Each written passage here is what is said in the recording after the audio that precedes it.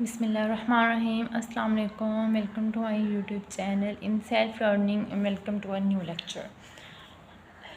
जैसे कि आप लोगों को पता है कि हम लोग सेकेंड ईयर केमिस्ट्री का चैप्टर नंबर 7 पढ़ रहे हैं, ऑर्गेनिक केमिस्ट्री से रिलेटेड।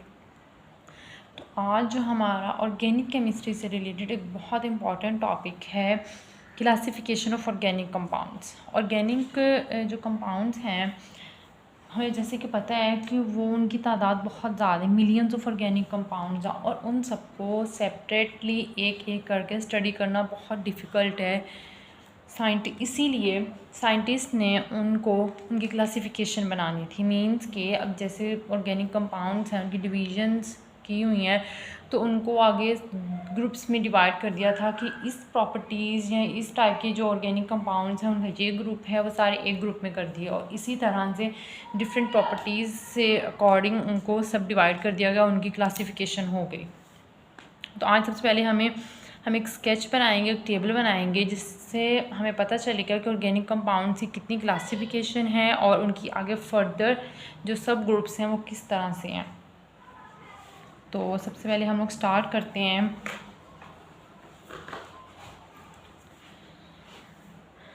यहाँ पे ऑर्गेनिक कंपाउंड्स अगर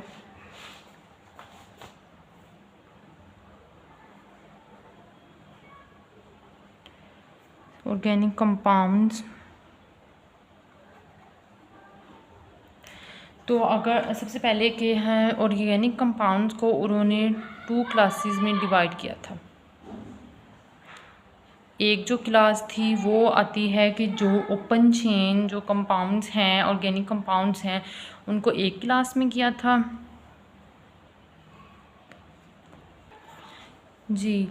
तो यहाँ मैंने स्टार्ट किया, यहाँ से जो ऑर्गेनिक कंपाउंड्स हैं सबसे पहले उन्होंने 2 क्लासेस में उनको डिवाइड किया था। सबसे पहले तो एक क्लास उन्होंने बनाई थी ओपन चेन की, और एक थी क्लोज चेन। जो ओपन चेन ऑर्गेनिक कंपाउंड्स हैं उनको एसाइक्लिक ऑर्गेनिक कंपाउंड्स भी कहते हैं। इसी तरह जो क्लोज्ड चेन के कंपाउंड्स थे उनको एक अलग क्लास में डाला है, तो उसको साइक्लिक कंपाउंड्स भी उनको कहा जाता है।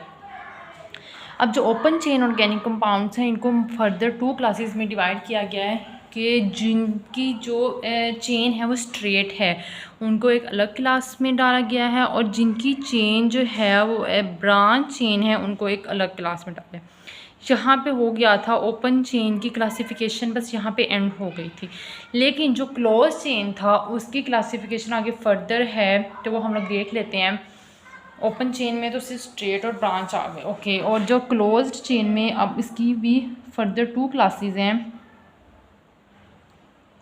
तो सबसे पहले इसकी एक क्लास बनती है हमारे पास होमोसाइक्लिक या कार्बोसाइक्लिक।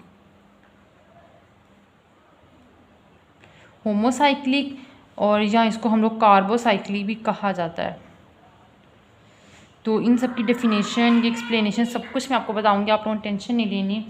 एक तो होमोसाइक्लिक, और इससे ऑपोजिट जो ऑब्वियसली वो हेट्रोसाइक्लिक है, तो वो भी साइक्लिक की एक टाइप है।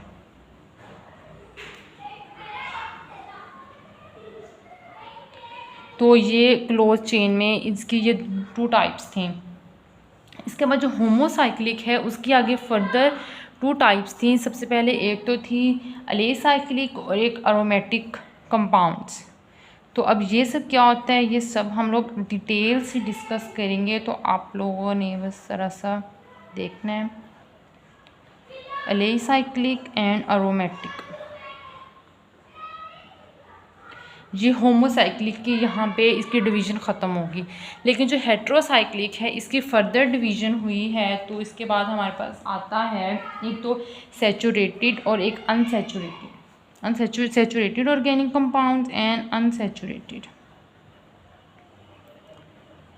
सैचुरेटेड और इसी तरह से अनसैचुरेटेड। यहाँ पे हमारे पास जो सैचुरेटेड ऑर्गेनिक कंपाउंड्स थे हेट्रोसाइक्लिक में, उनकी डिवीज़न ख़त्म हो गई। लेकिन जो अनसैचुरेटेड हैं उनकी फर्दर 2 डिवीजन्स हुई हैं, जिसमें अरोमेटिक और नॉन अरोमेटिक हैं। अब ये सब क्या है ये हम लोग देखते हैं। Aromatic and non aromatic.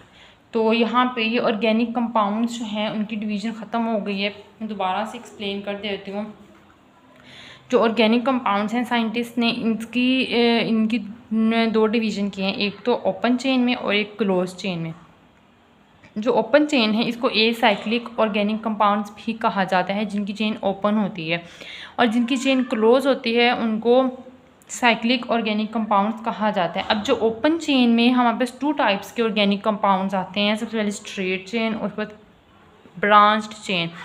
यहाँ पे इनकी डिवीज़न ख़त्म हो जाती है। लेकिन जो हमारे पास क्लोज्ड हैं इसकी फर्दर 2 टाइप्स आती हैं, होमोसाइक्लिक और हेट्रोसाइक्लिक। होमो मीन्स कि जिसमें ओनली कार्बन एटम्स यूज़ हो रहे होंगे, उस चेन को हम लोग होमोसाइक्लिक में कहेंगे। और जो हेट्रोसाइक्लिक में जिसमें डिफरेंट हमारे पास कंपाउंड्स यूज़ हो रहे हैं उसको हम लोग हेट्रोसाइक्लिक अरोमेटिक कंपाउंड्स कहें और हेट्रोसाइक्लिक ऑर्गेनिक कंपाउंड्स कहेंगे। इसी तरह से जब होमोसाइक्लिक की दोबारा से उन्होंने एलेसाइक्लिक और एक अरोमेटिक, और जो हेट्रोसाइक्लिक है इसकी सैचुरेटेड और अनसैचुरेटेड। सैचुरेटेड बस कुछ डिवीज़न वहीं पे ख़त्म होगी, अनसैचुरेटेड में aromatic and non aromatic organic compounds आते हैं। तो ये इसका ओवरव्यू है। तो इसके बाद इसकी जो फर्दर एक्सप्लेनेशन है वो इंशाल्लाह हम नेक्स्ट लेक्चर में देखेंगे। Thank you so much. अल्लाह हाफिज़।